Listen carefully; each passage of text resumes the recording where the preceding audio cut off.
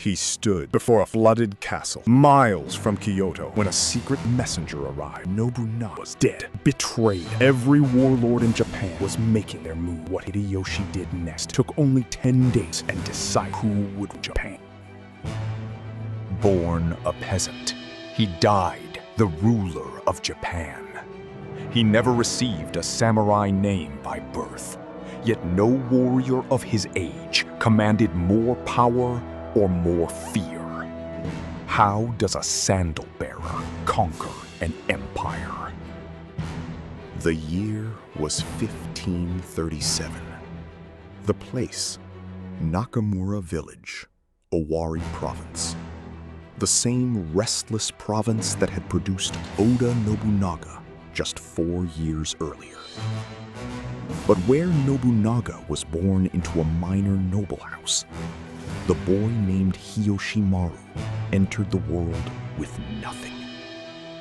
His father was a peasant foot soldier who died when the boy was still young. His mother remarried a man who resented the child's ambitions. In a Japan locked in a century of civil war, where birth determined destiny, Hiyoshimaru refused to accept his.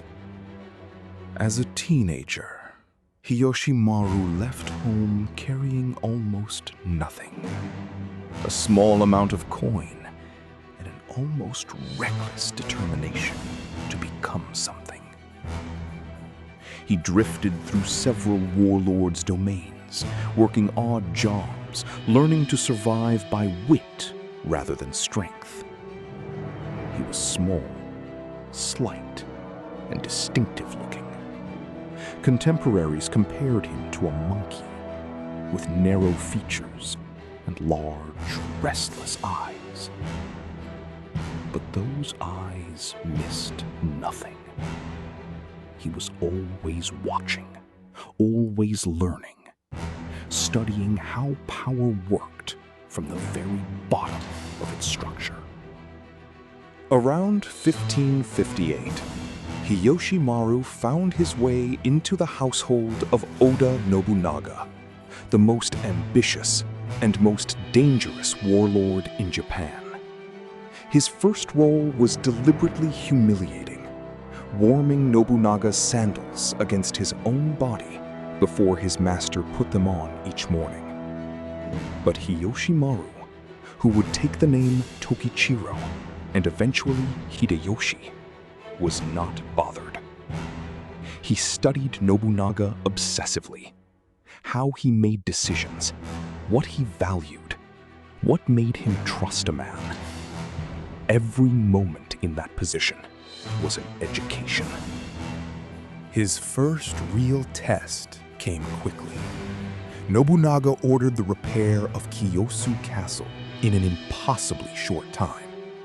Where other commanders had struggled to organize workers or keep costs under control, Hiyoshimaru delivered. On schedule, under budget, with the workforce genuinely motivated. Nobunaga noticed.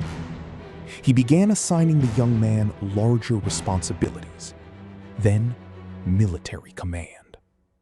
A man who could make a workforce follow him with enthusiasm, Nobunaga understood, could do the same with soldiers. The Sandal-Bearer's transformation had begun.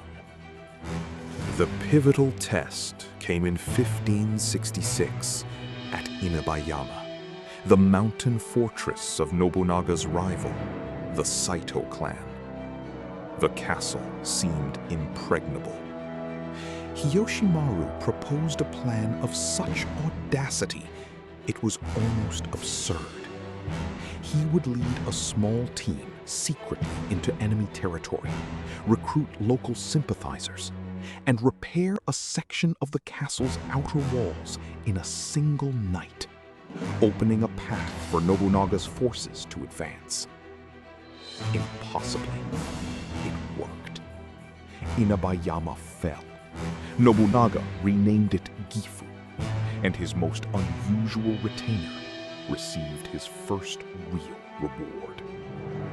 Through the 1570s, Hideyoshi, now married to the formidable Nene, a woman who would outlive him by decades and become one of Japan's most respected figures, rose steadily through Nobunaga's ranks. He was given command of Nagahama Castle on Lake Biwa, his first domain. He proved to be not just a capable general, but a beloved administrator, genuinely liked by the people of his territory. Where other warlords ruled through fear alone, Hideyoshi understood the extraordinary power of being genuinely liked. By 1582, Hideyoshi commanded Nobunaga's Western campaign, a grinding war against the powerful Mori clan. At the siege of Takamatsu Castle, he produced one of military history's most creative solutions. The castle sat in a low valley. Rather than assault its walls directly and lose thousands of men, Hideyoshi diverted nearby rivers, constructing massive earthen dams in under 2 weeks. The valley flooded entirely. Takamatsu became an island. Its garrison watched helplessly as their supplies ran out, and surrender became the only option. It was June 1582. The surrender of Takamatsu was nearly complete when a hard-riding messenger arrived at Hideyoshi's camp, sweating, barely coherent. Nobunaga was dead. Akechi Mitsuhide, one of his most trusted generals, had surrounded Nobunaga's lodgings at Honnoji Temple in Kyoto and set them ablaze. The most powerful man in Japan was gone. Every lord in the country was already calculating who would fill the void, and what would Hideyoshi, stranded 200 kilometers away with a surrendering army, do next? What Hideyoshi did next became legend. Within hours, he had secretly negotiated a truce with the Mori clan, concealing Nobunaga's death from them long enough to disengage, and turned his entire army around. 20,000 men, their supply trains and equipment, reversed direction and began marching east at a pace that seemed physically impossible. 200 kilometers in 10 days, through rain, through exhaustion, through grief. They called it the Chugoku Gaeshi, the Great Return. Hideyoshi pushed them harder than any commander had the right to. On July 2nd, 1582, just 13 days after the Honnoji incident, Hideyoshi's forces met Akechi Mitsuhide's army at the Battle of Yamazaki. The battle was swift and decisive. Mitsuhide's men, exhausted and demoralized, crumbled under the assault. Mitsuhide fled the field. Within days, he would be killed by peasants with bamboo spears, a humiliating end for the man who had toppled a god. In a single devastating week, Hideyoshi had transformed himself from a general into the most dangerous man in Japan. With Nobunaga dead, the question of succession became immediately lethal. Nobunaga's generals gathered at Kiyosu Castle to decide Japan's future. Hideyoshi arrived with momentum, gold, and a carefully constructed narrative, positioning himself as Nobunaga's true avenger and the guardian of Nobunaga's infant grandson. His most dangerous rival was Shibata Katsui, an elder general of unimpeachable samurai credentials. Everything Hideyoshi was not. The political maneuvering at Kiyosu was a masterclass in controlled aggression. The clash between them was inevitable. Japan was not large enough for both. In the spring of 1583, the two forces met at the Battle of Shizugataki. Hideyoshi moved with his trademark speed, arriving before Katsui expected him, striking before the enemy could form a proper defense.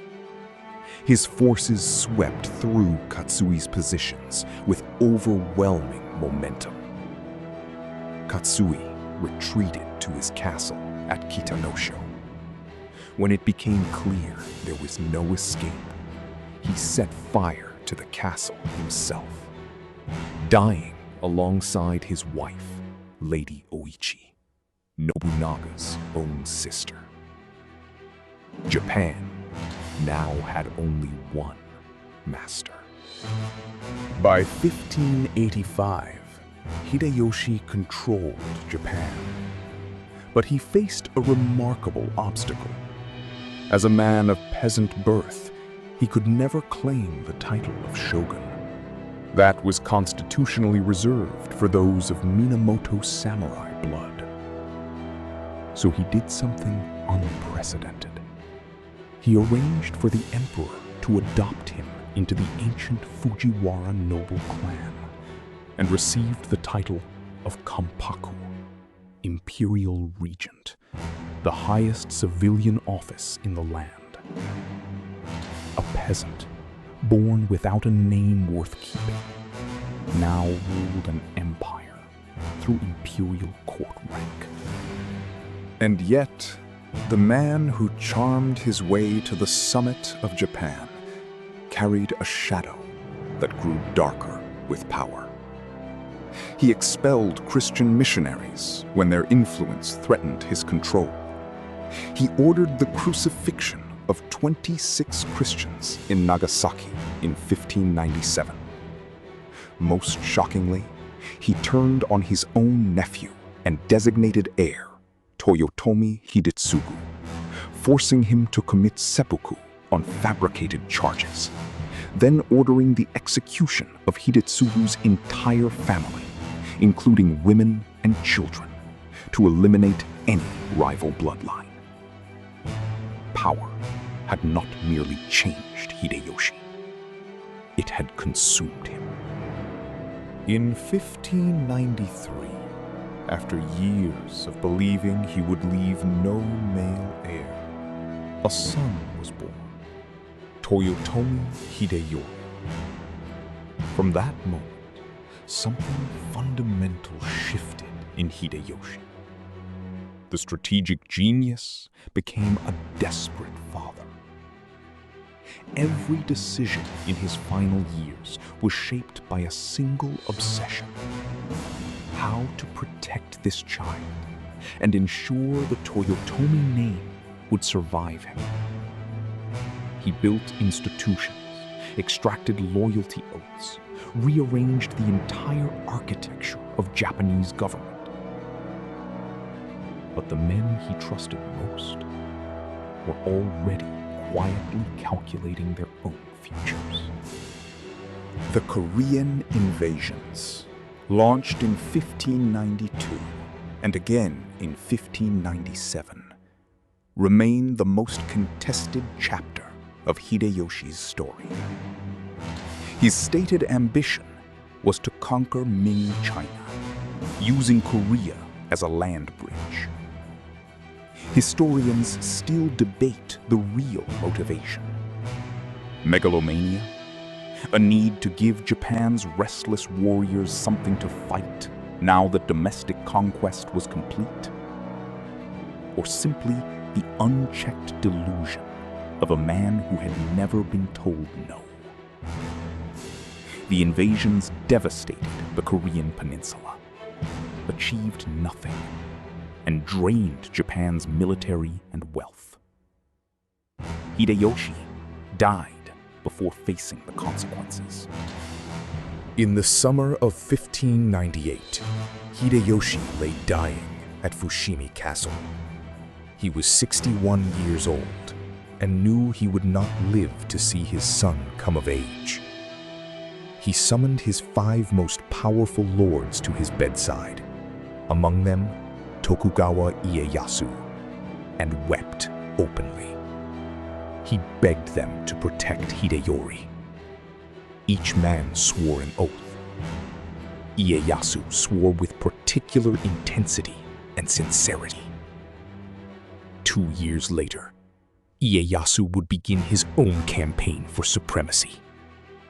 Everything Hideyoshi had built would start to come apart.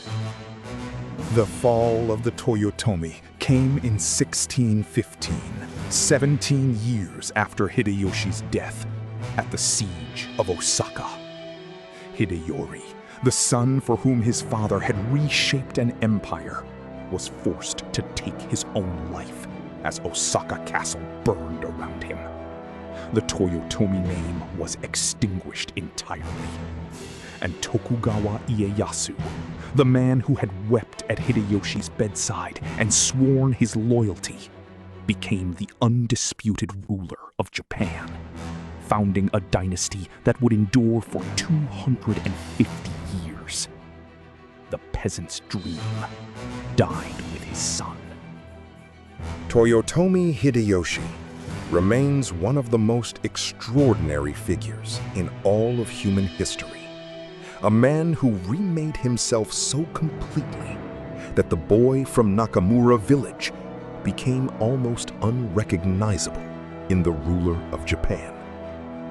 Brilliant and charming, ruthless and desperate, beloved and feared. He contained contradictions no simple story can hold. If you want to understand Japan, what it was, what it became, and why, you must understand Hideyoshi. Subscribe for a new episode every day. The next story begins soon.